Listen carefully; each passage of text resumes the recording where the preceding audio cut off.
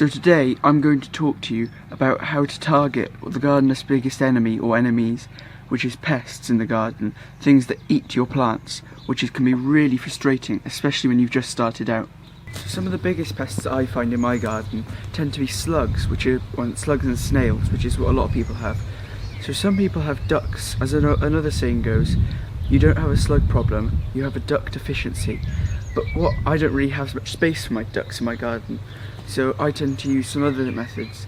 So today I'm going to speak to you about the organic methods that I use on how to stop slugs from destroying my seedlings, and also I'm going to speak about other pests such as some birds some people have where they eat their seeds. Also mice and rodents can eat seeds as well, like peas and beans. But I'm also going to speak about aphids, which is what I had a problem with my broad beans last year. So I'm firstly going to start speaking about slugs and snails. So to start off with, we need to try and figure out where they like to hide and how we can eliminate this place, so eliminate their habitats, so that they won't be able to live in our garden and eat all of our plants. So especially if you're in a small space, you probably have a lot of pots and a lot of containers. These are hiding spots for slugs. So if you look underneath normally when they're on the ground, you'll see slugs and snails and worms, but worms are fine. Worms are really good for the garden. But when you have slugs, it's not so good.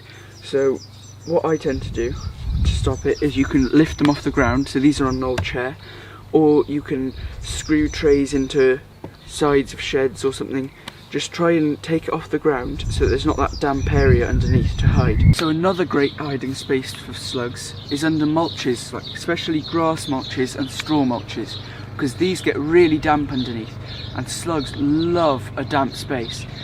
So something you can do is not use grass mulches and use compost mulches, like no-dig gardening, which is what I do with the majority of my growing space that's in the ground.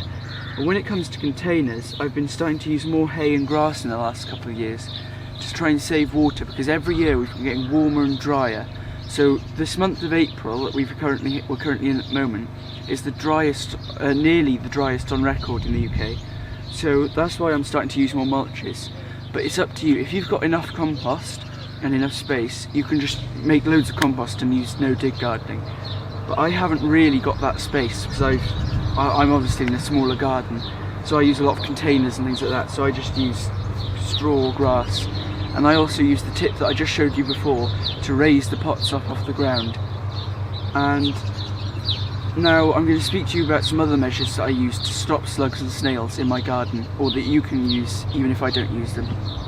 So the first other measure that you can do to try and stop slugs from getting in there, so the first two measures that I spoke to you about were raising it up and not using mulches in containers, which will stop them living next to your pots. But sometimes they'll move and they'll try and get to your plants from somewhere else, especially young seedlings. So here is just quite a spiky bramble, and I just managed to spike myself with it. And I use these. What you do is you can ideally cut these into longer strips, and you're going to put them at the side of where you've got seedlings, or make a barrier around it. And I learnt this from Hugh Richards' book, Grow Food for Free, and it's actually quite useful because the slugs don't like to try and get over a barrier, especially when it's got spikes on it. So that's why I like using these. But there are several other things as well. So you can use eggshells, or I know Shell on Earth as well, which is a local business to me. They make some crushed whelk shells, and they can do just the same job as eggshells. So say you're vegan and you don't have eggs in your house, you can use Shell on Earth, and there is alternatives if you can't do these things. And you don't even have to use brambles, you can use roses, anything with thorns really. But what I would do, I wouldn't leave them on the ground, because they tend to root and start growing brambles, which is something you won't want, because then you get weeds, which is another problem. So I would put them on, and when the plants are established and they're not going to get completely killed by slugs, I just take them away and I can reuse them then. Or alternatively, you can dry these out, and when they're dry, they shouldn't root as easily, or shouldn't root at all if they're completely dry out.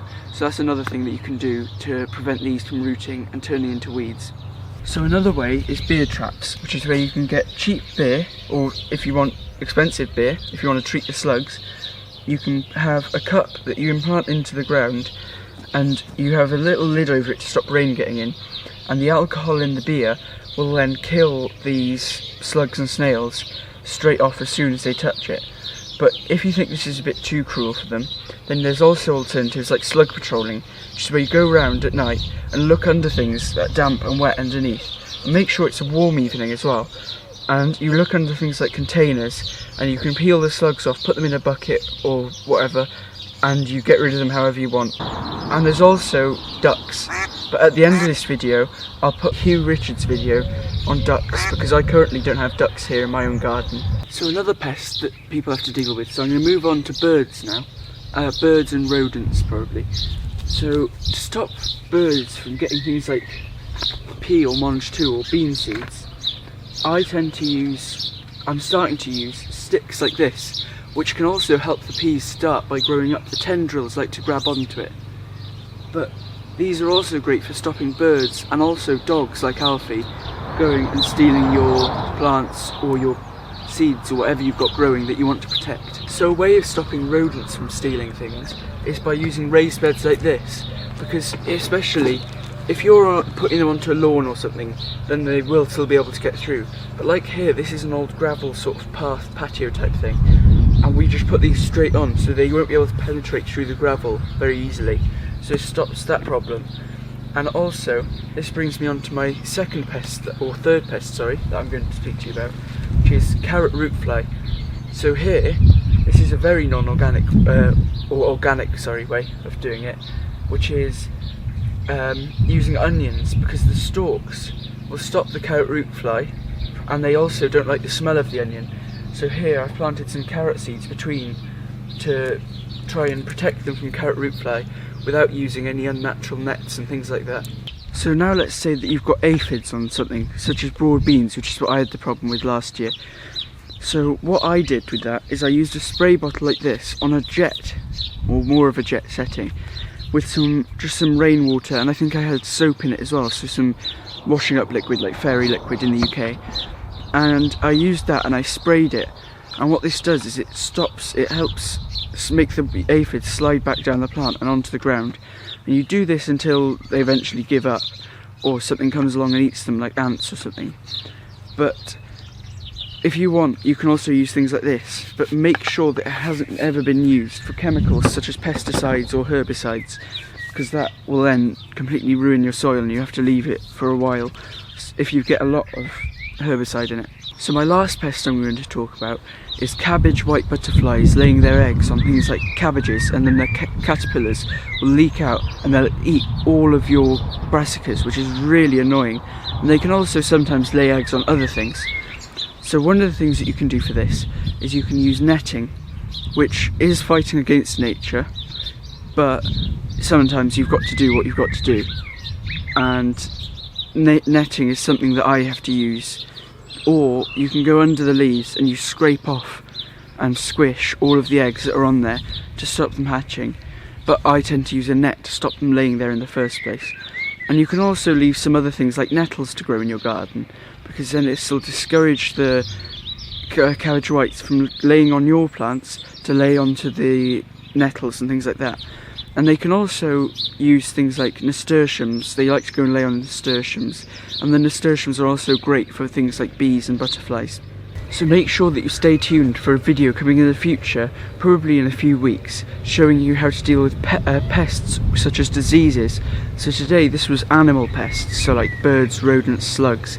But next time I do a pest video, I'm going to be speaking about the diseases such as blight and tomato blight and things like that I've had to deal with in my garden, and how I dealt with them. So if you enjoyed or learnt something from this video, please give it a like and subscribe to my YouTube channel, and make sure you comment to let me know what you're going to use in your own garden and what you thought of this video. Thank you for watching. I'll see you next time.